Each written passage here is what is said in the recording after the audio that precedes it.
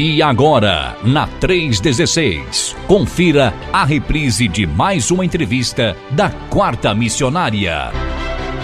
Hoje é quarta-feira e quarta-feira, você sabe, é dia da nossa Quarta Missionária. É bom saber que você está aí ligado junto com a gente, né? E claro, toda quarta-feira a gente sempre tem alguém aqui da Junta de Missões Nacionais pra gente conversar, conhecer, saber aí suas experiências, testemunhos. E hoje, claro, não vai ser diferente, não é isso? Hoje o nosso bate-papo vai ser com o nosso querido pastor Fernando Lemos, né? É da igreja VIB. É isso mesmo, VIB Igreja. Então, pastor Fernando é casado com a nossa querida irmã Adriane Cardoso, pai de Helena e Heloísa, e hoje estão aí trabalhando no projeto de plantações de igreja lá em Goiânia. Ah, legal, daqui de Goiânia, e também já atuou em outros projetos de missões nacionais e tal, foi coordenador da Tenda da Esperança em Goiás. Daqui a pouco a gente vai conhecer, então, saber o que é a Tenda da Esperança lá em Goiás, com o nosso querido pastor Fernando Lemos, que já está na área, e como diziam os bons cariocas, se derrubar é pênalti, não é não, pastorzão? Bom dia, querido, tudo bem? Seja muito bem-vindo na rede. Querido, obrigado pelo convite, prazer estar com você, querido Elber, e a gente tem uma manhã de muitos testemunhos aí, inspirada por Deus aí. Conte comigo, estamos aqui em Goiânia, pertinho de você aí, né? Pois Goiânia. Pois é. E plantando igrejas aqui que transformam a cidade. Ah, legal, bacana. E hoje, então, assim, nós aqui agradecemos, né, a presença do pastor, agradecemos por atender o nosso convite, que Papai do Céu continue te abençoando, você e tua casa aí, em nome de Jesus. E, amém. Pastorzão, mas você é de Goiânia mesmo? Você é daí de Goiás mesmo? Sou ou não? De Goiânia mesmo, né? Sou goiano, eu, minha esposa, Adriane, minhas filhas Helena e Heloísa. Somos aqui batistas de Goiás, crescemos aqui nas igrejas batistas de Goiás. Então, somos missionários da terra. Ah, legal, bacana. Mas já teve experiências em outros estados ou não? Ou sempre foi Goiânia? Não, sempre foi Goiás mesmo? Eu sou meu chamado missionário, meu ministério pastoral foi todo construído aqui em Goiânia mesmo. Eu sou filho de uma irmã batista que se converteu quando eu tinha 2 anos de idade, aqui em Goiânia mesmo. A gente tem uma relação, eu sou filho de uma mãe goiana com um pai piauiense. E meu pai veio para Goiânia morar na casa de uma tia piauiense de uma tradição batista que tem ali no interior do Piauí, muito forte, no sul do Piauí. Essas famílias batistas piauienses migraram aqui para Goiânia, né? Vindo para a cidade grande. Quando meus pais se casaram, minha mãe teve um contato com o evangelho através dessa tia que veio do Piauí. E aí logo minha mãe se converteu e nós crescemos aqui nas igrejas da periferia aqui de Goiânia, né? A minha família, uma igreja batista aqui na periferia de Goiânia. Depois, quando eu entrei assim na adolescência, através dos encontros de embaixadores do rei, acampamento de adolescentes, foi que eu tive aliás, na igreja local, entreguei a vida para Jesus, né, num desses eventos, e foi num evento evangelístico, muito tempo atrás, passava um irmão com daqueles eventos que passavam o filme Jesus, projetores, né, do filme Jesus, e uma dessas projeções ele passou o Inferno em Chamas. Eu não sei se tinha dado algum problema com o filme Jesus. Eu me converti com 9 anos assistindo esse filme.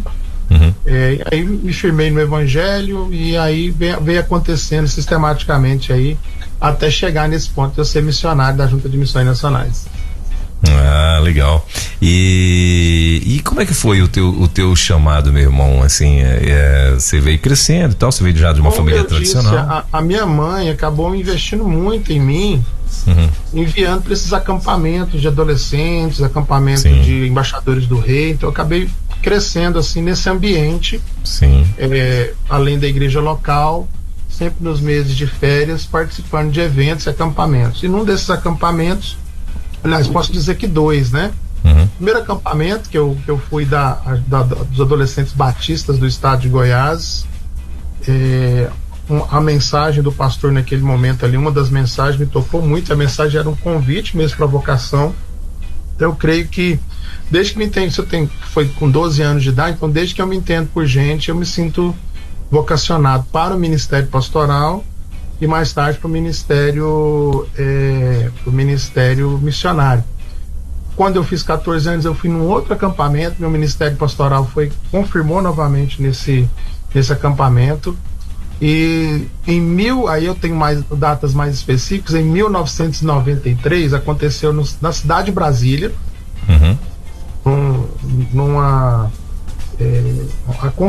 uma conferência grande dos batistas brasileiros para os jovens, Despertar 93. Eram as conferências Despertar, que acho que tem até hoje, né, a conferência, o evento dos jovens batistas brasileiros. E ali eu vi o testemunho do pastor Arlindo Barreto, que era o Palhaço Bozo.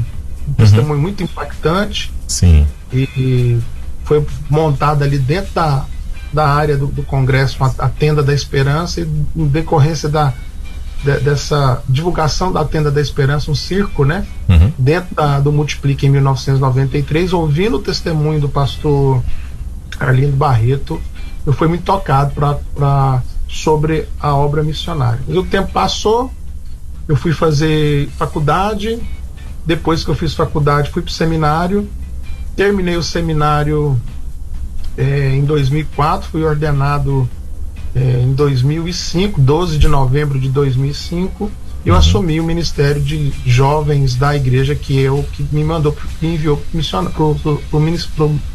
o seminário, Igreja Batista de Vila Nova. Inclusive eu estava agora no início da manhã, coincidentemente eu estava lá na Igreja Batista de Vila Nova. Foi a igreja que me enviou para um seminário, que pediu minha ordenação e que me deu o primeiro ministério. Foi no Ministério de Jovens. E nesse ministério, assim, meio que eu fiquei meio afastado dessa ideia de ser missionário. Eu estava no Ministério de Jovens da igreja local, ministério bem sucedido, com jovens ali. Nesse período conheci minha esposa, nós nos casamos, e acabou que ela veio também para trabalhar comigo no Ministério de Jovens e Adolescentes da Igreja Batista de Vila Nova. E aí nós tivemos um contato com a Junta de Missões Nacionais, porque estava vindo para Goiânia em 2008 a Tenda da Esperança, que funcionava lá no Pará, coincidentemente, né? Foi nessa dinâmica da Tenda da Esperança que eu recebi um chamado, que assim, me senti chamado para trabalhar com missões.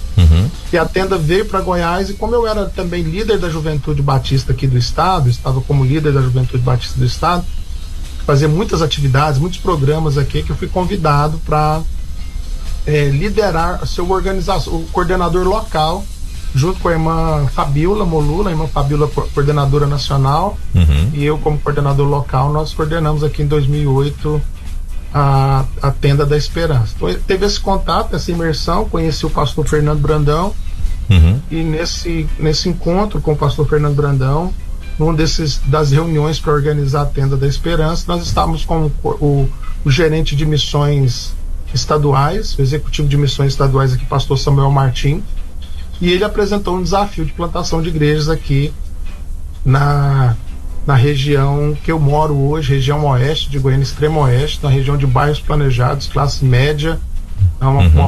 Um desafio urbano de plantação de igreja numa área muito crescente, com uma densidade demográfica muito alta. E aí no final de 2009, se eu não me engano, agora eu vou me embaranar com as datas, se foi 2009, 2010, nós fomos, eu e minha esposa, né, a Adriane também tinha um chamado missionário na igreja local, cresceu na Igreja Batista aqui, na adolescência também, através de um trabalho da Junta de Missões Mundiais, ela também se sentiu vocacionada. Nós fomos missionários dos batistas brasileiros, primeiro como missionários de missões estaduais, depois como missionários de missões nacionais para a plantação de igrejas. Então esse é um resuminho assim mais rápido do nosso chamado. Então começa em acampamentos, do meu chamado, acampamentos da denominação, Embaixadores do Rei, adolescentes. Eu vejo como isso é muito importante, né? Esses eventos que nós produzimos aí, com enfoques missionários, passa pela minha ordenação, passa pela minha relação com missões e com eventos relacionados a missões, até chegar aqui na plantação de igrejas alguns anos atrás. Que bacana. E assim, traz pra gente também, pastor, eu queria que o senhor falasse um pouquinho o que é essa tenda, né? A tenda você já deu aí mais ou menos o que ela fazia, né? Mas eu queria que você trocasse em miúdos aí, né? Em detalhes, o que exatamente a Tenda da Esperança fazia. Uma vez que a gente sabe que aqui na rede tem muitos batistas, claro, a grande maioria das pessoas são batistas que estão ouvindo, mas tem muita gente de outras denominações também no mundo inteiro ouvindo aqui a rede, né? Então eu queria que você trouxesse pra gente o que é a Tenda da Esperança, como que funcionava, o que vocês faziam na Tenda da Esperança. Fantástico. E outra coisa, ela ainda existe? Não, é justamente, né? Eu tenho quase certeza, talvez os nossos irmãos aí de Missões Nacionais vai me corrigir, eu acho que não existe mais a Tenda da Esperança, mas foi um ministério muito importante para os batistas brasileiros, porque era uma estratégia para alcançar romeiros.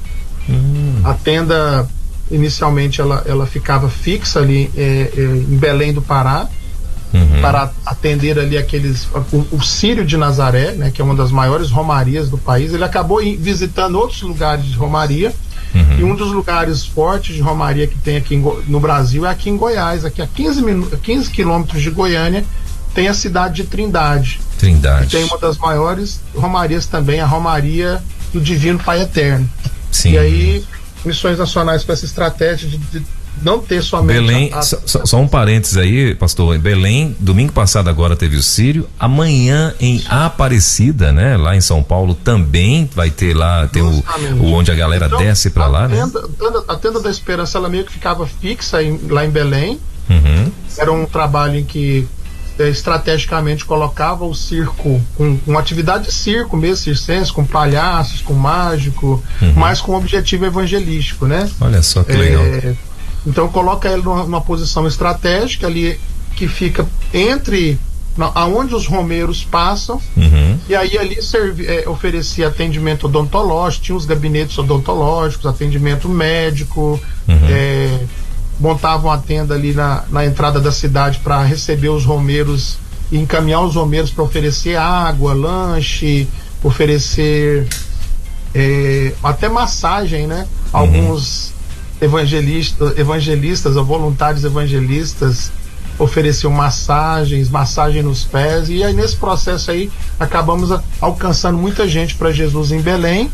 E aí tivemos a ideia, a Missões Nacionais teve a ideia de fazer esse circo ser itinerante, né? Dele andar pelas cidades de romaria, e foi assim que ele veio parar aqui em Goiânia, aliás aqui em Trindade, veio numa carreta, e aí acho que tem uma conexão aí com a carreta missionária, essa vocação nossa missionária. Esse circo saiu numa grande carreta lá fechado de Belém, veio para Goiânia, e a gente montou aqui pertinho da Basílica, na época pertinho da Basílica, e realizamos essa atividade aí também. Então a tenda foi um marco na história dos batistas, né? Hoje ela não existe mais por questões logísticas, né? É muito caro a manutenção, então por questões logísticas nós acabamos investindo em outras, nós, Missões Nacionais, em outras frentes, como por exemplo a Operação Jesus Transforma, é muito forte, né? No país. Teremos agora, ou já teve, teremos a Operação Jesus Transforma na Cracolândia, Operação Jesus Transforma Crianças, né, que eu estava ouvindo aí agora a propaganda, em várias cidades do país. É uma atividade muito forte, a atividade evangelística muito forte. Então, a Tenda da Esperança não existe mais, mas com certeza ela deixou marcas aí, foi um momento importante na vida. Para mim foi importante, né, como coordenador, que foi a minha relação com Missões Nacionais, mas muita gente, se eu não me engano, na época nós conseguimos evangelizar e passar para as igrejas de Trindade cerca de 800 fichas de evangelização, quando a Tenda da Esperança passou aqui. Então foi uma mobilização muito grande de relação, muito parecida com o que acontece hoje com a carreta missionária, né, com gabinetes odontológicos, atendimento médico, psicológico, cabeleireiro. Esse era o resumo do que era a Tenda da Esperança, que acabou ficando como um marco, né, uma marca aí para os batistas durante um tempo. Muito bem. E você chegou a atuar lá em Belém também, não? Não. Fui coordenador só aqui, né? Quem era coordenadora geral aí era a irmã Fabiola, né? Que viajava aí para outros lugares. Acho que vale até a pena, né? Resgatar essa história aí, conversar com a irmã Fabiola. A Fabiola hoje, Fabiola tá na nossa, na Cidade Minha Pátria, né? Acho que é isso, ela tá coordenadora lá. Cidade Minha Pátria, que recebe ali os refugiados. Mas ela é patrimônio nosso, a irmã Fabiola, ela tem muito, ela trabalhou em todas as frentes, operações. Inclusive aqui na rádio, já passou aqui na rádio também. Esperança, rádio, tudo que Missões Nacionais aí realizou de atividade missionária, a irmã Fabiola estava envolvida, e está envolvida, né? Agora, Minha Pátria, foi coordenadora de Cristolândia, né? Sim. Que é um patrimônio nosso aí, com uma história muito bonita. Legal. Eu sou uma polguinha perto aí da irmã Fabiola. A irmã Fabiola é benção, inclusive já passou aqui pela rádio também, desde o início da rádio, ela esteve com a gente aqui no Manhã com Deus, né? Enquanto ela estava coordenando a Cristolândia lá em Vitória, e quer dizer, não em Vitória, acho que a Cristolândia é no Espírito Santo. É no Espírito Santo, mas eu não lembro se era Vitória, acho que não sei se era Cariacica, o nome da cidade, não sei onde que ela estava, mas enfim, e hoje ela está em São Paulo, né?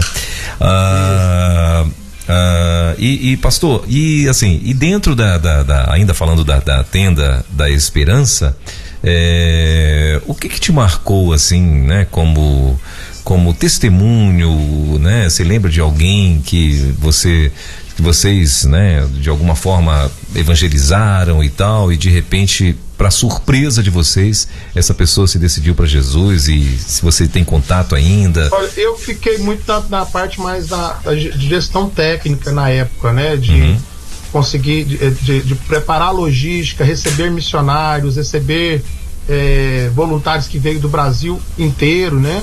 Então eu estava muito envolvido em manter o circo acontecendo. A gente alugou um acampamento, o Elber, na cidade, e aí eu ficava transportando voluntários do acampamento, que não era pertinho ali de onde estava montado o circo, né? Mas levando e trazendo a parte logística de conseguir almoço, jantar e manter isso tudo funcionando, né? Então meu papel foi mais de gerenciamento nesse momento, mas passar, como eu disse, né? Foram mais de 800 pessoas. Nós temos um caso, eu não vou me lembrar agora mais acertado, de uma pessoa que entrega a vida para Jesus. Não vou lembrar o nome da pessoa dessas 800, mas de uma pessoa que entrega a sua vida para Jesus, e ela nem chega a voltar ela nem chega a entrar na basílica, né, para entregar lá a sua promessa, né? Por causa do contato que ela teve com o evangelho, ela volta para casa impactada pelo evangelho, e era numa cidade do interior. A gente entrou em contato com o pastor da cidade, eu não vou lembrar se era Iporá, Itaberaí, eu não vou lembrar a cidade aqui agora. E nesse retorno dela, ela vai ser evangelizada, porque ao encontrar o circo, a tenda da esperança no caminho, e eu tô falando de 2008, né? Então já tem muitos anos essa história, que eu consegui lembrar dessa história aí. E ela, por causa do circo, por causa da tenda da esperança, ela foi impactada, e são centenas de testemunhos de pessoas que, por causa do atendimento, do acolhimento que tinha na tenda da esperança, ela foi abençoada. Que legal, muito bom. E hoje vocês, como você falou que um desafio, vocês estão hoje num bairro classe média em Goiânia, né? A gente sabe que Goiânia é uma capital belíssima, onde muita gente, inclusive, tá indo para Goiânia, tá indo morar em Goiânia, principalmente ao meio artístico, né? E consequentemente, acho que com isso atrai também mais pessoas para virem para Goiânia e tal, né? Porque ela fica em evidência no Brasil e tal. E você falou que você está num desafio aí nesse bairro de classe média. E a gente sabe também que devido a isso, né? Devido eu acredito até que quanto maior a renda per capita, ou maior ou melhor a pessoa, ela tá meio de vida e tal, é mais difícil de você pregar o evangelho, não é verdade? E por quê? Porque normalmente as pessoas, ou a grande maioria das pessoas, ou ela vem de berço evangélico, ou então ela passou por alguma dificuldade, não só financeira, sabe? A gente sabe disso, mas alguma dificuldade e tal, e aí é quando elas vão procurar a Deus Deus, procurar a Jesus e tal. E num bairro onde você chega, que tá todo mundo ali, né? Onde tá todo mundo muito bem, obrigado. Às vezes o cara não quer nem conversar, né? Ele não quer nem papo com ninguém, com evangelista, com missionário e tal. Qual é a tua dificuldade? O que vocês encontraram como desafio, assim, como maior desafio dentro dessa nova etapa aí da vida de vocês? Pois é, logo depois dessa experiência com a Tenda da Esperança em 2008, a gente tem um contato com missões nacionais e missões estaduais, vem um convite para plantar igrejas. Em menos de 8 meses entre tomar decisão, ser comissionado pela igreja local e enviado, dá em torno de 6 a 8 meses. Nós já estávamos aqui morando nessa casa que eu moro agora, um apartamento que eu moro dentro do bairro Eldorado, com esse desafio da plantação de igreja. E aí tem alguns detalhes, né, que eu fui comissionado missionário, eu era um pastor que era pastor de jovens, uma visão assim muito focada em receber jovens da igreja local, receber jovens no templo e cuidar dos jovens no templo, fazer programas para entreter esses jovens, né? Era um ministério para entreter filhos de crentes, né? E na medida do possível ia oferecendo o evangelho para eles ali. A essa mudança brusca, então, eu saí de um ministério já estabelecido para começar algo do zero, e foi um choque cultural muito grande, ministerialmente falando. Começar uma igreja do zero, num lugar que não tinha templo, e aí eu louvo a Deus pela vida do pastor Samuel Martim, que foi o pioneiro que teve essa ideia, foi executivo aqui do Campo Goiano muitos anos. Eu me lembro as primeiras conversas para ele foram chocantes para mim, porque eu perguntei: pastor, tá bom, eu vou morar lá, achamos um apartamento, vamos mudar, seremos comissionados pelos batistas, e aí, onde é que vai ser a igreja? E aí, há muitos anos atrás, eu ouvi isso, né, do pastor Samuel Martin: não, a igreja vai ser na sua casa, e a partir da sua casa você vai plantar a igreja. Não foi fácil vencer esse choque cultural. Graças a Deus, e pela vida da minha esposa, por exemplo, a missionária também, ela também é missionária dos batistas brasileiros, missionária Adriane Cardoso, que ela foi muito minha parceira nessa plantação. Ela foi a pessoa assim, ela se adaptou muito mais rápido a essa cultura aqui, né? Eu de um bairro de periferia, de classe média baixa, ela também, embora fosse de uma igreja de classe média, mas também de uma origem humilde.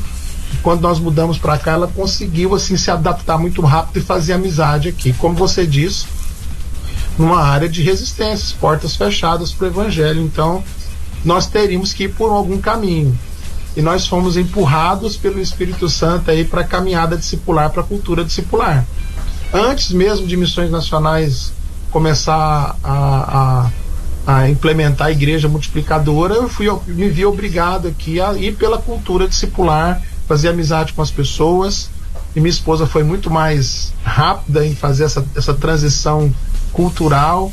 Ela fez amizade com as pessoas aqui no condomínio onde a gente mora, e eu tive uma ideia frustrada também. Tive a ideia assim: eu era pastor de jovens e eu fui presidente da juventude, eu vou atrair os jovens aqui. Inclusive o nome aí que você leu lá no início, a palavra é vibe, né? Nossa igreja aqui é conhecida como Vibe Igreja, muito conhecida em Goiânia, conhecida aqui pelos batistas da região como a Vibe Igreja, porque foi a ideia que eu tive de ter um nome jovem para atrair jovens.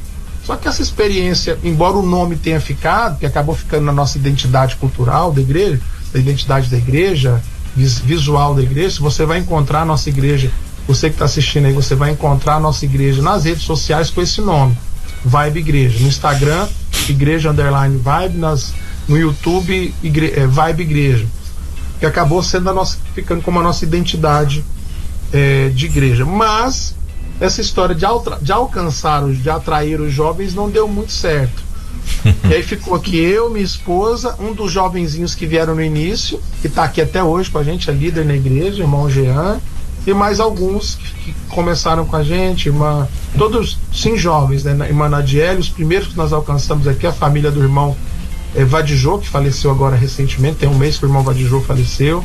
Não, a família que nós batizamos todo mundo aqui, eu batizei todo mundo, aliás, os que começaram a frequentar aqui, né? Irmão Vadijô, irmã Wanda, irmã Ana Clara, que hoje é uma líder, é uma pessoa também, uma batista que foi muito importante aqui pra gente. Começamos com esse grupo aí, Welber, de 10 pessoas, com muita dificuldade. Eu encontrando muita dificuldade como um pastor batista que não tinha no seminário eu não fiz disciplina de plantação de igrejas, não tive treinamento de plantação de igreja no seminário. Eu fui aprendendo assim na marra, com investimento. Missões Nacionais começou então a investir muito, me mandando para eventos, fazendo imersão, até que a igreja virasse. No início não foi fácil, porque eu tinha essa visão templocentrista de programas, e agora eu tenho uma igreja na sala da minha casa.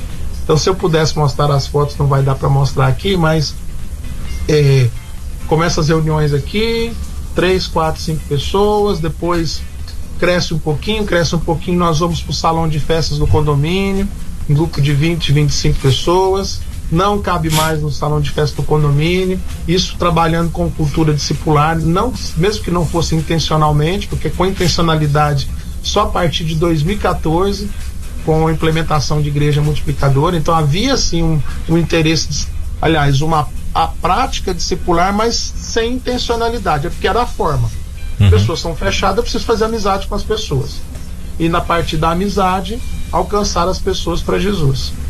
Nós alugamos um prédio aqui na avenida, Missões Nacionais alugam um prédio aqui na avenida.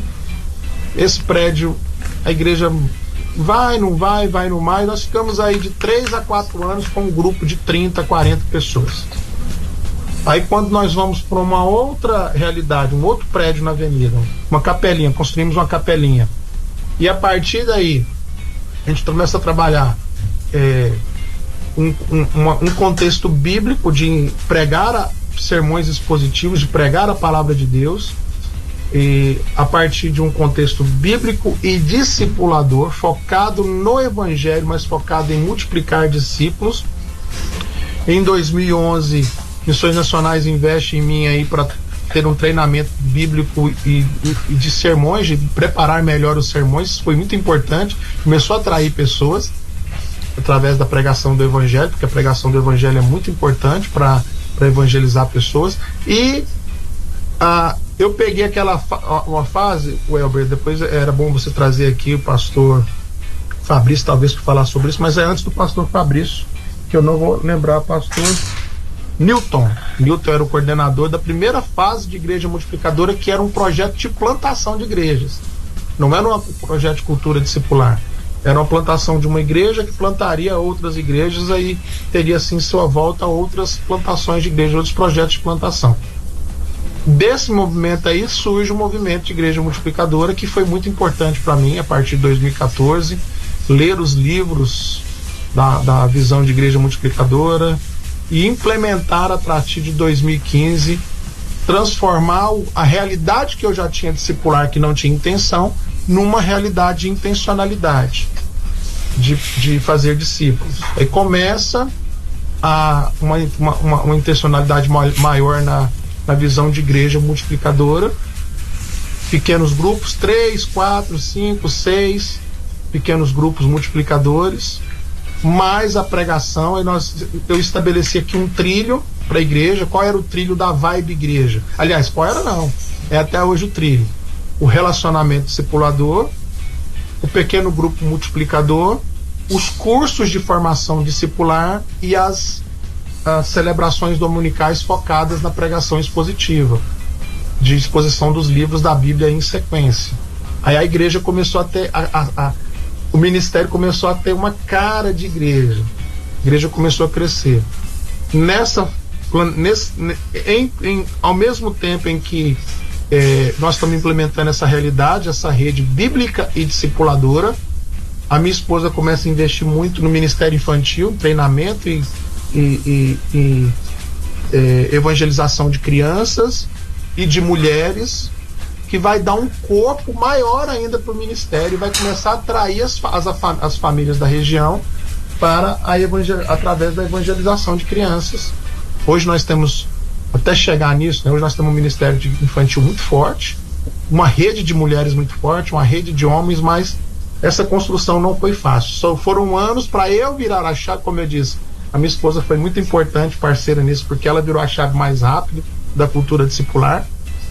E a medida da cultura da amizade discipuladora, de chegar nas pessoas através da amizade, e a chave foi virando para mim aí. Tem alguns testemunhos fortes do que Deus fez na minha vida para que eu mudasse a minha perspectiva de uma perspectiva templocentrista, daquela cultura batista tradicional que é uma bênção para nós, mas para a minha realidade aqui, a gente não tinha tempo, né? Como é que a gente vai alcançar pessoas através do templo?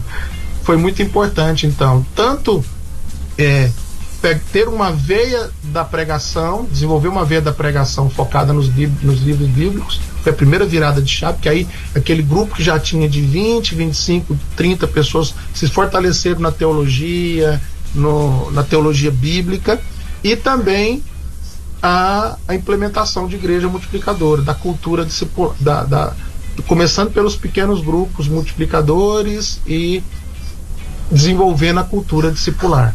Essa foi a nossa jornada até chegar aqui. Muito bem. E aí, o que vocês, além, né, de, claro, aquilo que você falou, que foi mudar a tua realidade daquilo que você sempre viveu a vida toda, né, para de repente mudar agora para uma igreja onde seria plantada do zero, vamos dizer assim, né? E de repente você está no meio disso daí e tal, mas o que além da dificuldade de você estar agora se relacionando com pessoas e tal, você teve dificuldade, por exemplo, com outras religiões? A gente sabe que o Goiás também, o estado de Goiás também ainda é um estado onde há muita idolatria, né? Como você muito bem falou, tem aí Cidade de Trindade. A cidade de Trindade aí, e tem cidades místicas aqui também, não é? E também tem esse povo que normalmente também que busca muito isso. Aqui em Brasília mesmo nós temos aqui uma cidade que é bem mística. Tem aqui perto da gente também, onde acho que já teve até novelas aqui, como é que é o nome? Alto Paraíso. Não, é uma bem famosa aqui, que agora me deu, que é pertinho de Goiânia também. Meu Deus, tem umas cachoeiras e tal. Pirenópolis, isso, Pirenópolis. Então tem Pirenópolis também, e são todas regiões assim consideradas místicas, né, e tal. Devido a isso, você teve também essa dificuldade de barreiras religiosas, místicas e tal? Vocês tiveram essa dificuldade também no início ou não? Não, Elber, aqui isso não afetou a gente aqui. O que afetou mesmo nós aqui foi eu mesmo. Foi a minha dificuldade de entender o processo discipular, aliás, de abraçar o processo discipular, fazer essa virada de chave cultural. O povo aqui Goiânia é muito receptiva para o evangelho. Você tem igrejas neopentecostais e pentecostais gigantescas em Goiânia, né? Eu acho até que o estado de Goiás é um dos estados mais evangélicos que tem, não é? No Brasil, né? Sim, você tem uma cidade aqui entre Goiânia e Brasília que metade da população é evangélica, a cidade de Anápolis. Anápolis, muito né? Forte. A maior universidade do interior aqui é uma universidade evangélica, que funciona, a faculdade evangélica funciona lá em Anápolis. Então, o estado de Goiás é um estado muito aberto para o evangelho, embora haja um sincretismo muito grande, né? Como eu disse aí, o catolicismo muito forte no interior de Goiás, o catolicismo muito forte na capital de Goiás, mas para ser sincero, isso não afeta muito a gente aqui. O que me afeta, a igreja hoje caiu na graça da região, uma igreja que cresce bastante, a nossa igreja. Está no bairro mesmo. Plantações, né? A gente organizou a igreja, nós organizamos a igreja em 2020, durante a Assembleia da Convenção Batista Brasileira, e de lá a igreja só vem crescendo. A pandemia, por exemplo, não foi um empecilho para o crescimento da igreja, por ser uma igreja que aí abraçou, né? Eu acho que a grande virada de chave da igreja, Welber, foi abraçar a cultura discipular e não mudar um pouquinho o foco, não o foco nos pequenos grupos multiplicadores, porque os pequenos grupos multiplicadores acabam se tornando um instrumento, uma ferramenta para viver a cultura discipular. Então, o que me afetou bastante aqui foi eu entender a realidade da região e eu me deixar ser moldado na cultura da região. Desculpa, na cultura da região, perdão, né? Pensando aqui na cultura da região, mas da cultura discipular, de fazer discípulos, ensinar, de formar líderes. Esse é o grande desafio da igreja hoje local, né? Nós plantamos uma igreja muito saudável aqui, graças a Deus. Temos uma igreja plantada por missões nacionais, dentro da visão de missões nacionais, e que é saudável.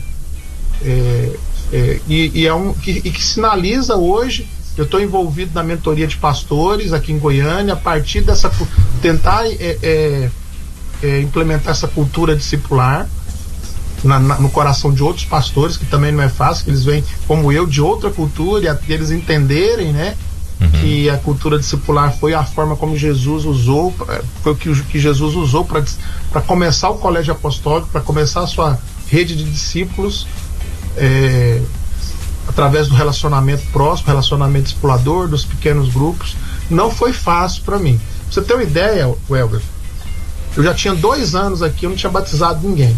Uma frustração muito grande. Eu tinha uma frustração muito grande, pessoal. E estava me afetando muito. Posso dizer que eu estava no início ali de depressão.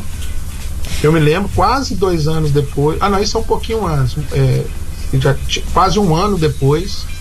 Uma frustração muito grande. A minha esposa, ela é enfermeira também, e ela nessa época ela ainda trabalhava como enfermeira, embora fosse missionária de missões nacionais. Ela saía para trabalhar e eu ficava aqui, eu tinha que fazer uma agenda. Eu fazer o quê? Eu não tinha o que fazer. Quem que eu vou visitar? Não sei quem que eu vou visitar, porque eu não tinha contato. A minha cabeça era aquela coisa: Deus vai mandar as pessoas vão chegar aqui na minha casa, bater na minha porta. E isso não ia acontecer. Eu estava num processo assim muito deprimido. Aí recebi uma ligação de um pastor falando que tinha mudado uma família batista aqui pro bairro e pedindo para eu visitar essa família. Aí marquei um dia à tarde para visitar essa família, mas na última hora assim eu estava num momento assim muito ruim. Era nesse período agora, você que está em Brasília, você sabe como é que é o Centro-Oeste na época agora de setembro, aquele calor, aquele tempo seco de rachar, né? O nariz fica ruim, o lábio corta. E faltando poucos minutos para eu visitar essa família, eu liguei e falei que eu não dava para eu ir. Eu estava desanimado demais. Não falei isso, né? Mas eu arrumei na hora, eu não posso ir, surgiu alguma situação aqui. E uma tarde, Welber, 3 horas da tarde, eu entrei pro meu quarto ali, nem existia ar-condicionado, era um ventiladorzinho velho de chão. Eu pus o ventilador lá no quarto, tranquei a porta, desliguei o telefone aqui de casa e desliguei o celularzinho daqueles mais antigos. Entrei pro quarto, entrei naquele calor de setembro de Goiânia, entrei para debaixo de coberta e vou esperar minha esposa. Quando estiver pertinho dela chegar, eu levanto, arrumo a casa e vida que segue, né? Na hora que eu entro debaixo de coberta assim, eu desliguei o celular, mas não desliguei o telefone fixo aqui de casa. E o telefone fixo, ele móvel assim, anda dentro de casa, ele estava perto da minha cama. Que ele tocou, eu assustei. Eu olhei na bina, né, no número aqui, o número era 21, era 1818, que é o número de missões nacionais, o telefone de missões nacionais. Alguém estava me ligando de missões nacionais. Eu fiquei assustado com aquilo, né? E aí, em vez de eu desligar o telefone e não atender, eu atendi. No susto, eu atendi o telefone. Quando eu atendo o telefone, tinha uma voz grave do outro lado, uma voz grossa do outro lado. Uma voz grave, né? E se apresentou, se eu não me engano, o nome do pastor era Pastor Humberto. Pastor Humberto, isso mesmo. Olha, eu sou o Pastor Humberto, estou aqui na sede de Missões Nacionais e eu estou de férias e eu resolvi doar as minhas férias para fazer um trabalho aqui, para ligar para os missionários e encorajar os missionários no campo missionário. E um dos primeiros nomes que tinha no dia de hoje aqui, dessa tarde, era o seu. A minha ligação, pastor Fernando, é para te encorajar, dizer que você não está sozinho, orar com você e dizer para você que Deus está com você e que Deus vai fazer a obra acontecer aí. Foi assim, um momento muito marcante na minha vida. Como eu disse, estava muito desencorajado, muito desanimado, eu me sentia muito sozinho, não queria conversar com as pessoas, eu não tinha visão assim de plantação de igreja, não tinha treinamento de plantação de igreja, mas aquela ligação foi muito importante para mim naquele dia. Foi Eu fiquei muito emocionado, disse, pastor, muito obrigado, a sua ligação foi providencial, eu estou muito desanimado, me senti muito desmotivado, e ali foi uma das viradas ministeriais para mim, assim. Lógico que o apoio da minha esposa, o apoio da minha família, também a família da minha esposa nos apoiou muito ali no início, e esses irmãos que estavam com a gente aqui no início foram muito importantes, mas essa ligação, eu costumo dizer assim, que foi sobrenatural. Depois eu conheci, até cheguei a conhecer o pastor Humberto, ele trabalhou um tempo na sede de Missões Nacionais com alguma coisa, depois perdemos contato, mas foi uma virada para mim dizer assim, não, eu não estou sozinho, Deus vai abrir as portas, e foi o que aconteceu. Deus foi abrindo as portas, a gente foi conseguindo estabelecer uma identidade para a igreja, como eu disse, uma identidade bíblica e discipular, para que chegássemos em 2020 a gente conseguisse organizar para o contexto de Goiânia uma igreja muito saudável. Nós organizamos a igreja com mais de 150 pessoas.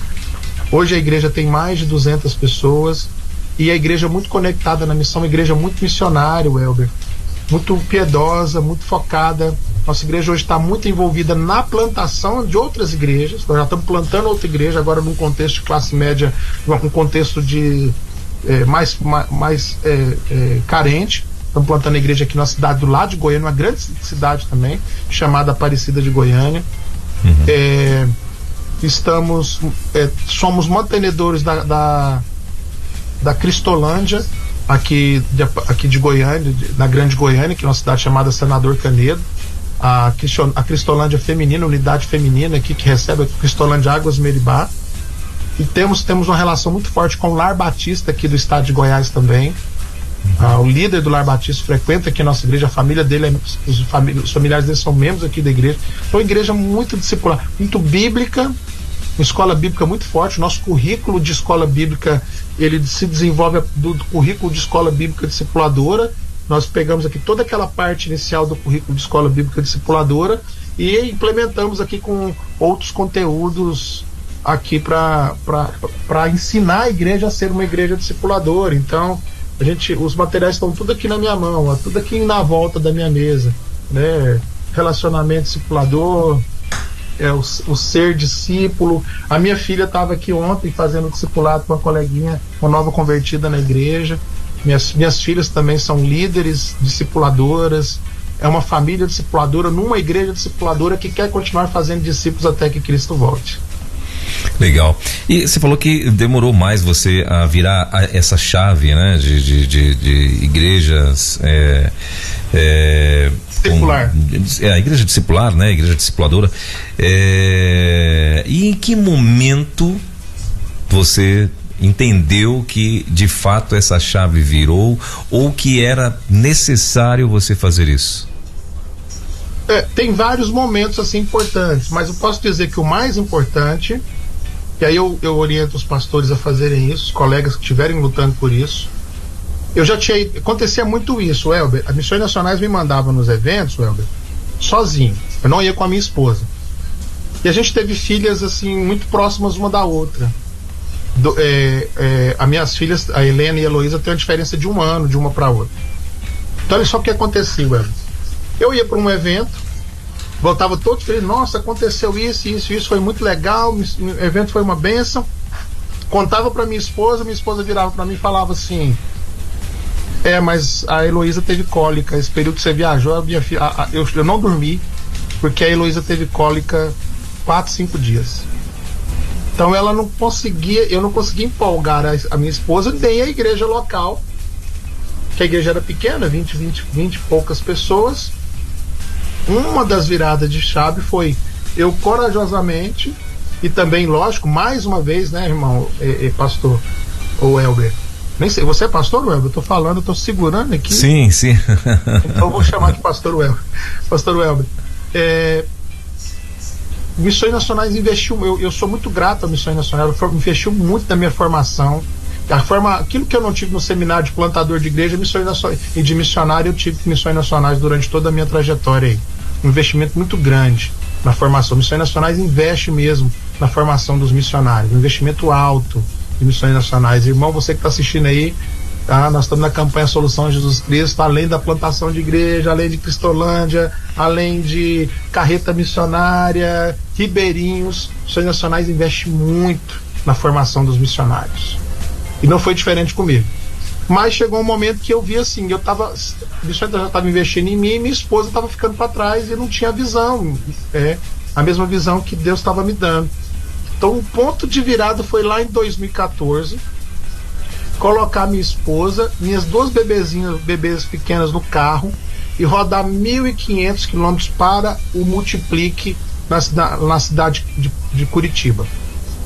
O Multiplique no Paraná, em Curitiba, ter levado a família, feito a imersão, ficado ali uma semana estudando, aprendendo sobre igreja multiplicadora e voltar para Goiânia, aí sim, pegar aquele grupo que a gente tinha aqui de 30, 35 pessoas em 2014, treinar essas pessoas e começar a mudar a agenda da igreja.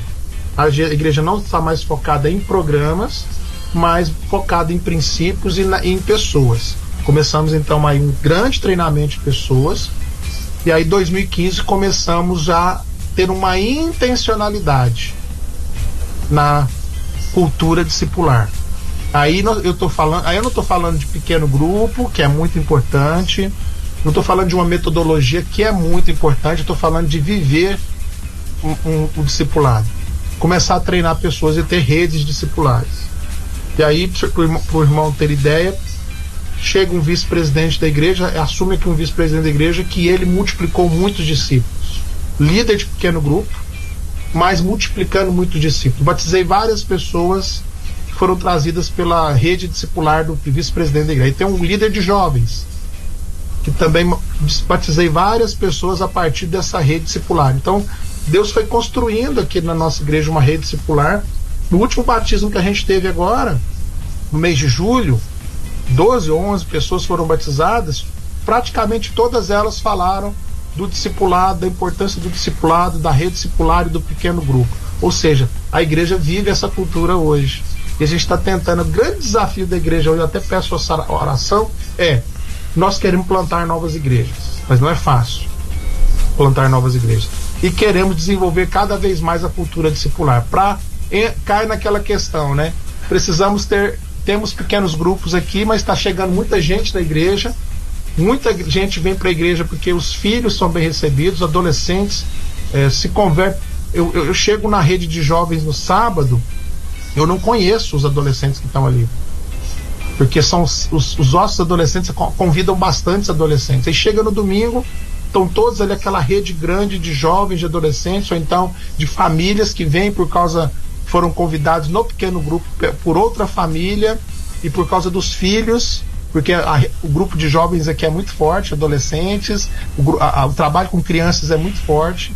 Nós estamos numa fase agora, aí a igreja, depois que estava numa capelinha na avenida, não coube mais, a gente alugou um galpão maior, um galpão que cabe 400 pessoas, apertadinho, com várias salas de EBD. Essas salas da escola bíblica e para treinamento de crianças já não cabe mais.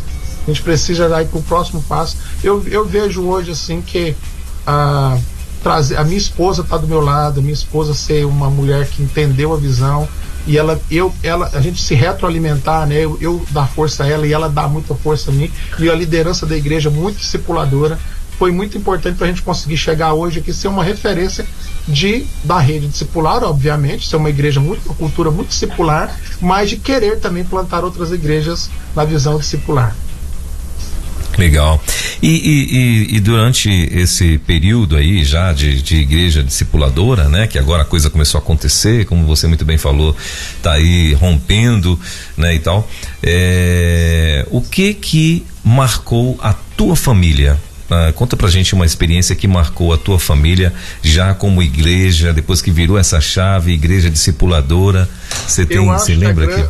Eu acho que a grande marca pra mim, pra Adriane, minha esposa, a gente já ter netos, bisnetos, tataranetos aí na rede discipular. Olha aí. A gente vê assim, plantar igreja, Welber, é muito difícil para um plantador de igreja, é muito difícil ele não ser de você não querer ter as coisas todas na sua mão, sabe? E chegou lá, essa foi outra virada de chave importante também, né? Minha esposa cobrou muito isso de mim. A igreja começou a crescer, chegar muita gente, mas eu ainda acumulando algumas funções, uma ou outra função que eu não deveria acumular. e ter uma insegurança muito grande em relação a isso, né? De como é que eu vou de delegar responsabilidade para as pessoas. Eu acho que assim uma experiência sobrenatural para nós, para mim, para Adriane e para ela, é de nós vermos hoje que a igreja hoje é uma igreja viva, orgânica, que as coisas funcionam e você sabe de uma irmã que passou por uma dificuldade muito grande, que teve para o hospital, mas o pequeno grupo multiplicador, a sua rede discipular, cuidou daquela irmã. Eu só fiquei sabendo depois que aquela irmã teve que ser internada e o PGM cuidou, e aí eu vi e falei, mas como é que eu não fiquei sabendo? Porque a igreja é uma igreja discipular. Os irmãos cuidam uns dos outros. Eu acho que a grande o resultado, não sei se eu posso dizer resultado assim, a grande vitória para nós é ver um povo aí, a maioria, claro que vai ter um ou outro ainda que vai ter maior dificuldade, mas a maioria que entendeu quem nós somos. Eu acho que essa é a grande vitória. O grande testemunho os irmãos sabem quem nós somos, uma igreja bíblica, discipuladora, e para onde a gente está indo, que é fazer discípulos até que Cristo volte, é compartilhar o evangelho com clareza e com integridade, e fazer com que pessoas entendam o evangelho com clareza e integridade, e elas multipliquem o evangelho com clareza e integridade. Agora, recentemente eu enviei alguns líderes de pequeno grupo para o Congresso de Igreja Multiplicadora aí em Brasília. A gente não teve esse ano por alguns motivos, a gente acabou não tendo aqui em Goiânia o Congresso de Igreja Multiplicadora, mas eles tiveram lá no Congresso da Igreja Batista Sião, e eles voltaram muito empolgados com duas coisas: querendo implementar algumas ideias que tiveram durante o congresso aí em Brasília, na Igreja Batista Sião, mas também muito feliz, falando assim, nossa pastor, muita coisa que eles falaram lá a gente já está vivendo aqui. Eles se sentindo gratificados, né? Irmão Marcelo, irmão Glauber, irmã Ana Paula e Carol, foram os líderes que nós mandamos, dizendo assim, muito feliz porque viram assim, muitos desafios, mas de muitas coisas. Por exemplo, a gente já conseguiu conseguir ver assim, as pessoas todas envolvidas no discipulado e preocupadas umas com as outras na rede, em praticar o raiz ali, relacionar, agregar, interceder, zelar, ensinar o evangelho, solicitar contas. Isso é muito gratificante para nós. Eu tenho certeza que se a minha esposa estivesse sentada aqui, ela não está, porque ela está fazendo almoço, tem que buscar a criança na escola daqui a pouco, ela falaria o mesmo, que o grande testemunho que a gente tem para dar é que nós temos uma rede hoje que nós somos pessoas importantes, nós somos treinadores de líderes hoje, né? Muito focado no treinamento de líderes e de pessoas que vão multiplicar pessoas, e que o grande testemunho a gente vê pessoas vivendo isso, que só estão vivendo isso porque em determinado momento Missões Nacionais investiu, a gente abraçou, e por estar vivendo isso de maneira intensa, outras pessoas passaram a viver de maneira intensa. Eu estava falando para um líder aqui, nossa, dá uma satisfação tão grande, pastor Welber, você vê que você conectou pessoas que essas pessoas nunca teriam contato, ou talvez nem com o evangelho, nem umas com as outras, e hoje são grandes amigos, são discipuladores, cuidam uns dos outros, se preocupam uns com os outros. Eu acho que esse é o grande presente que a gente tem hoje. A gente tem muita coisa para fazer, temos muitos desafios ainda. Como eu disse, acho que um grande desafio, que eu peço oração pelos irmãos batistas brasileiros aí, e eu acho que as igrejas que estão tentando multiplicar discípulos, elas estão vivendo isso, que é o desafio de formar cada vez mais líderes.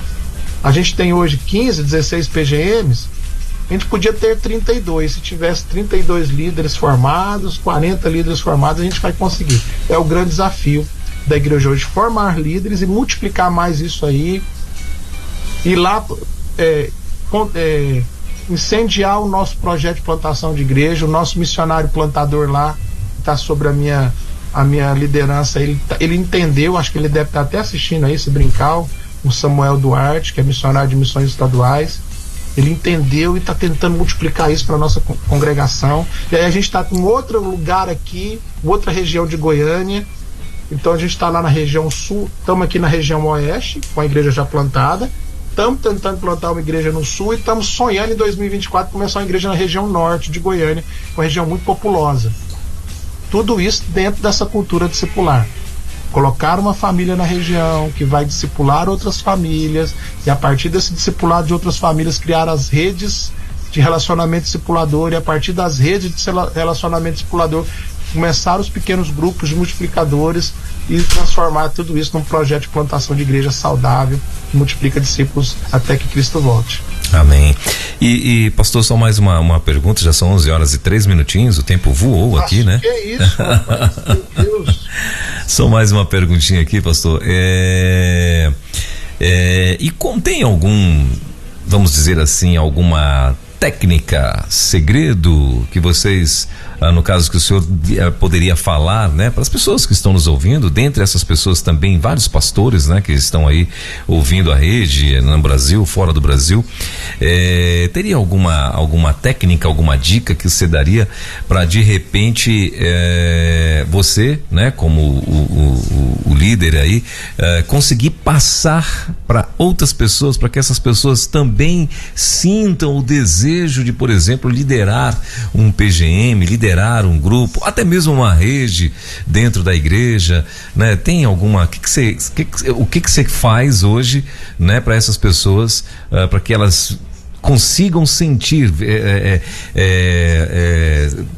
consigam sentir de você essa transmissão, né, dessa vibe aí de a pessoa sentir, poxa vida, como vai ser bom, como vai ser legal eu ter o meu PGM, eu começar aqui de repente, até mesmo, né, sentir aí o desejo de plantar uma igreja num desses bairros, num local, na minha comunidade, enfim. O que você faz? Qual o segredo?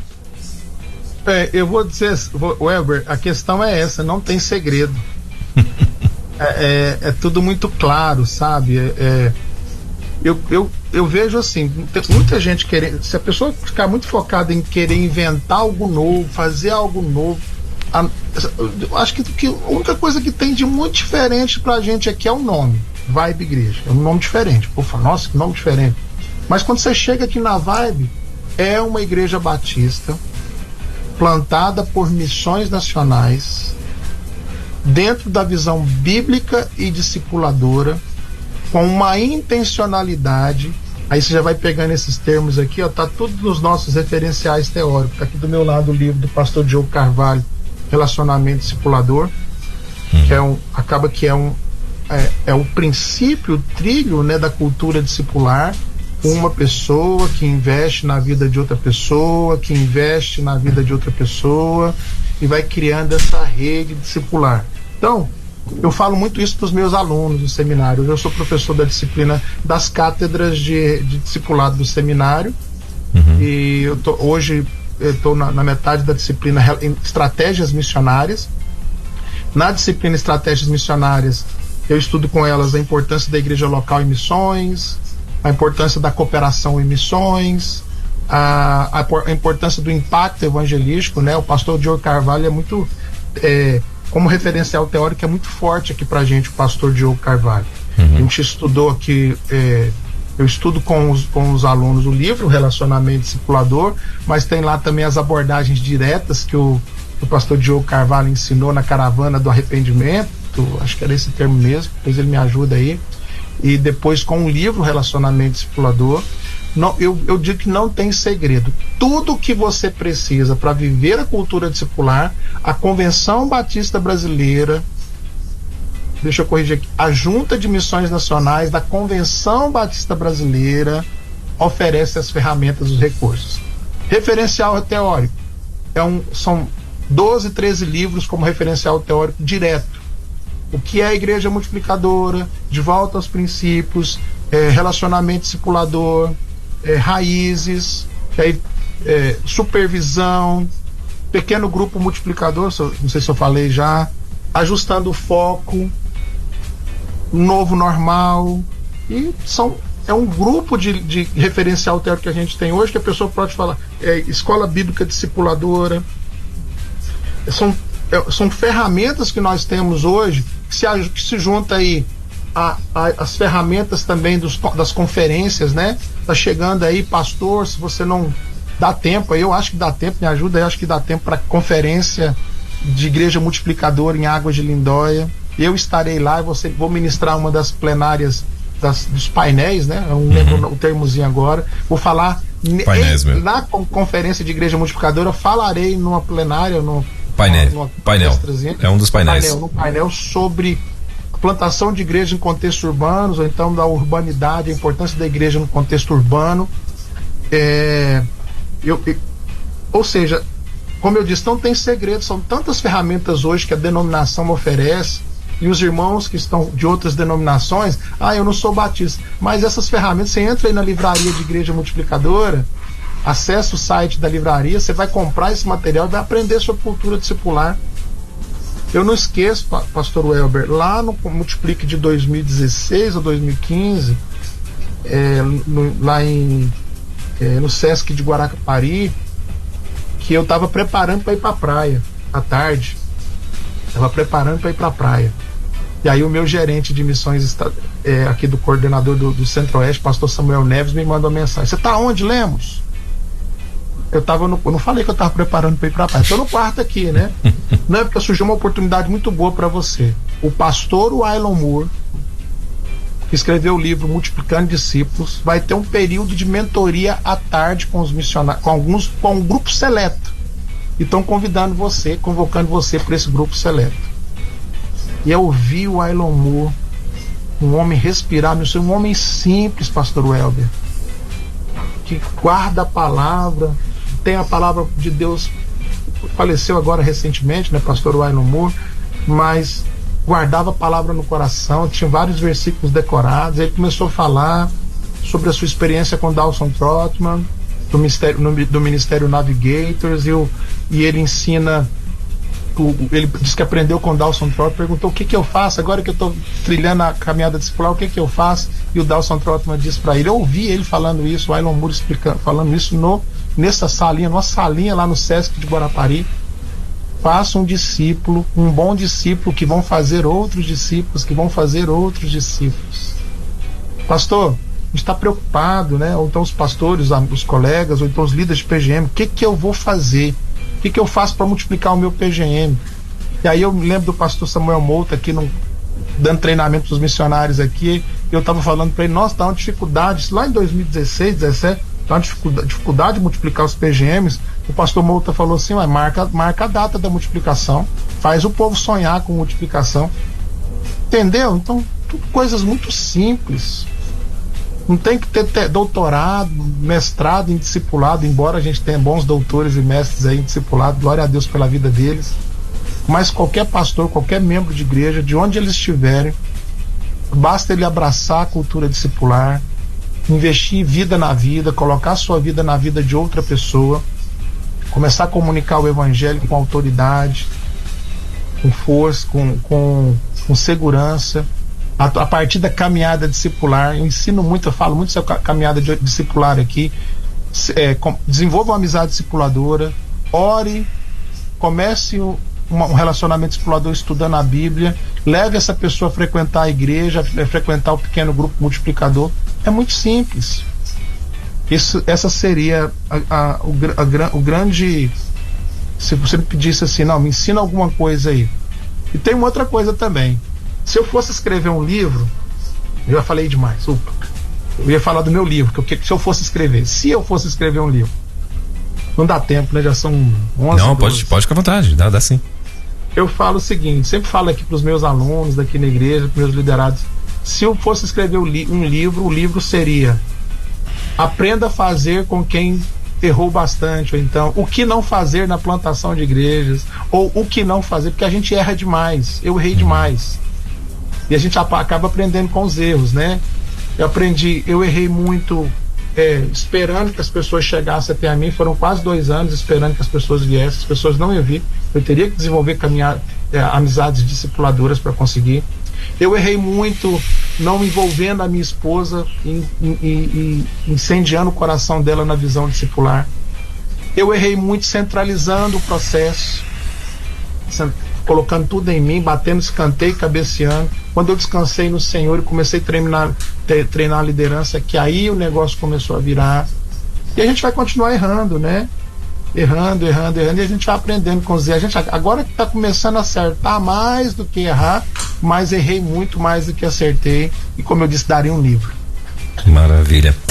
Pastor, e para encerrar, o que você diria aos pastores que de repente podem estar naquele estado, né? Como você muito bem falou aí, esteve há um tempo atrás, né? No início de tudo, né? Quem sabe nesse momento tem pessoas que estão aí, né? Também de repente desanimados, não conseguem ver um resultado, já está aí trabalhando há 1 ano, 2 anos e não tem ainda um resultado, né? Você falou alguma coisa que é bem interessante, você falou que já com mais de ano você não tinha batizado ninguém, e com isso vai batendo o desânimo, poxa, será que é isso mesmo? Será que eu tenho esse chamado mesmo, né, e tal, e de repente a pessoa começa a mudar o foco só no problema e tal, né, e não mais na solução. O que você diria a esses pastores ou a esses líderes, né, que te ouvem nesse momento e sabendo que você tem essa experiência tão boa aí?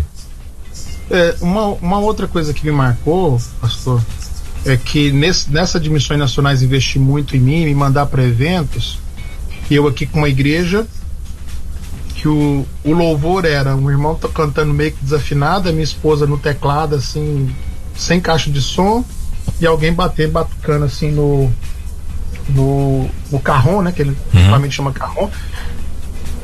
Eu ia nas igrejas grandes, me mandava, Missões Nacionais me mandava para Cibapa, no Tocantins, aí me mandava para Bacaxeri.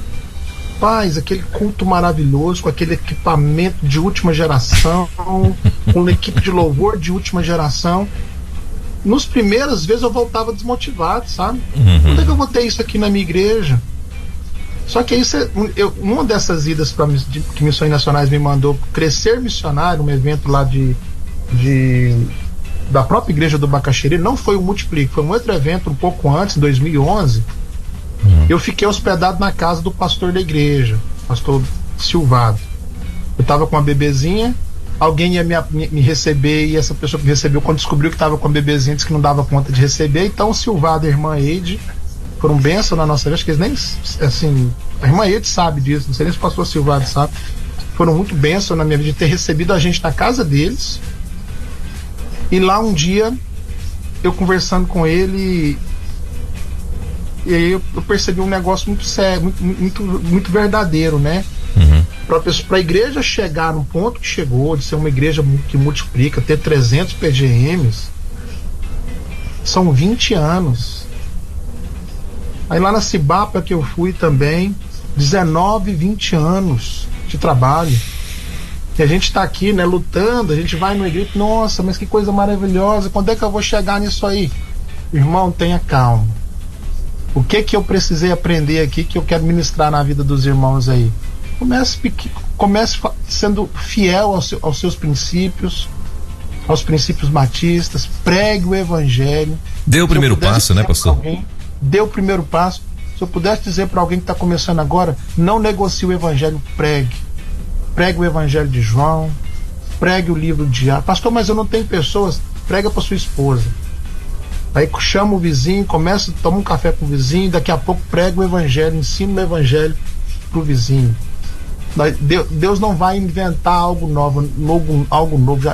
O start foi dado, é o evangelho, a gente tem até que se encaixar. A gente tem que apenas pedir a Deus, Deus, não me deixe, eu repito muito na missionária Ana Alzeira, não me deixe de fora do que o Senhor está fazendo no mundo. Então, pastor, deixa eu te encorajar, que assim como o pastor, talvez essa palavra seja a palavra como foi a do pastor Humberto para mim lá. Você não está sozinho, meu amigo. E Deus vai te usar. De onde você está, pequeno como está, 10, 20 pessoas. Tem um grande discipulador, que eu vou lembrar o nome dele agora, que ele fala assim: meu amigo, tem 2, 3, é multidão. Trabalhe como se fosse multidão. Seja zeloso como se fosse multidão. Faça o trabalho com vontade, com alegria, mesmo que você esteja aí sozinho. Você não está sozinho. Na rede discipular, eu prometo que é a última palavra. A rede discipular que eu estou ligado hoje, da mentoria de pastores, são centenas de pastores pelo Brasil. Nós lemos um livro chamado Mentores Segundo o Coração de Deus. E esse livro pastor Wayne Cordeiro, ele vai ensinar o seguinte pra gente: um coração disponível, um coração aberto, ele encontrará mentores. Mesmo que ele esteja sozinho, ele encontrará mentores na palavra de Deus. Ele será mentoreado por Elias, por Moisés, por Davi, por Paulo, por Tiago. E humildemente ele vai encontrar, devagarzinho ele vai encontrando pessoas, um colega, ele vai se conectar com aquele colega, um amigo. Você não está sozinho, querido. Você tem a palavra de Deus, tem o Espírito Santo. Assim como me falaram lá atrás, que eu não estava sozinho. Você não está sozinho. E Deus vai te ajudar a avançar, multiplicando discípulos e, como eu disse aí, vivendo, se Deus quiser, para muitos é a cultura discipular. Muito obrigado. Legal, bacana. É isso, gente. A gente conversou então com o nosso querido pastor Fernando Lemos, da Vibe Igreja, lá em Goiânia. Os meninos colocaram aqui em caixa alta, eu achei que era uma sigla, né? Que normalmente costuma usar muito sigla, né? Por isso que eu falei no início aqui Vibe, mas na verdade é a Vibe Igreja, né? Lá em Goiânia. O nosso querido pastor Fernando Lemos, esposo da nossa querida irmã missionária Adriane Cardoso, pai de Helena e Heloísa. Helena e Heloísa tem quantos anos, pastor? 11, misericórdia, 12, 13 anos, já são adolescentes. Já e 12, Deus livre, você não pode falar que tem 11 não, que tem 10, senão é problema. Ore por essas missionárias, fazedoras de discípulos. Olha aí, ó, que legal, bacana. Muito bem, pastorzão, obrigado mais uma vez por ter atendido aí o nosso convite, que Deus continue te abençoando. Espero vê-lo mais vezes aqui na nossa Quarta Missionária, trazendo-nos notícias, né, boas novas, de repente de Aparecida, do norte de Goiânia, do sul de Goiânia e quem sabe também de outras cidades aqui no estado de Goiás. Amém. Né? A carreta missionária vai estar aí dia... Sim, bem lembrado. A carreta vai estar na nossa congregação, Igreja Batista Abrigo, nos dias 17 e 18. Tem uma agenda, ela tá passando. Isso. O meu líder aqui de missões estaduais vai brigar comigo se eu não falar. Tem uma agenda grande, ela tá indo para Nazário, se eu não me engano agora, fica em Nazário, depois vem para Aparecida de Goiânia, depois vai para bairro Santos Dumont aqui em Goiânia, e depois vai para Anápolis, aí ele vai para Brasília. Então dá tempo ainda, você que está em Goiás aí, de fazer sua inscrição para servir lá no Delfiore, em Aparecida de Goiânia, dia 17 e 18, tá? De outubro agora. Ah, pastor, eu não posso porque é terça e quinta. Não, você não tem desculpa, ele vai estar, a carreta está passando em Goiás, você tem muitas possibilidades de servir. Isso. Médicos, odontólogos, psicólogos, advogados, evangelistas. Precisamos muito de evangelistas, porque vai ter muita gente sendo atendida lá no Delfiore, a gente precisa de gente para atender, para evangelizar. E nas outras cidades aí também. Entra aí no site da Convenção Batista Goiana, da Convenção Batista Goiana, ou me procura, me chama aí no Instagram. Meu Instagram é Fernando Lemos Vibe, @Fernando Lemos Vibe. Vibe, isso. Isso, Vibe, né? Fernando Lemos Vibe, me chama no Instagram que eu vou passar para você a agenda completa para você participar do que Deus está fazendo através da carreta missionária em Goiás. Maravilha. Pastorzão, obrigado, querido. Deus te abençoe. Até a próxima. Amém. Forte abraço aí em toda a família. E, como eu falei, espero vê-lo mais vezes aqui com muitas novidades aí para a glória de Deus. E até a próxima, então. Comigo. Um abraço. Deus abençoe, pastorzão. Valeu, um abração. Você acabou de ouvir mais uma sensacional reprise da Quarta Missionária aqui na Rede 316.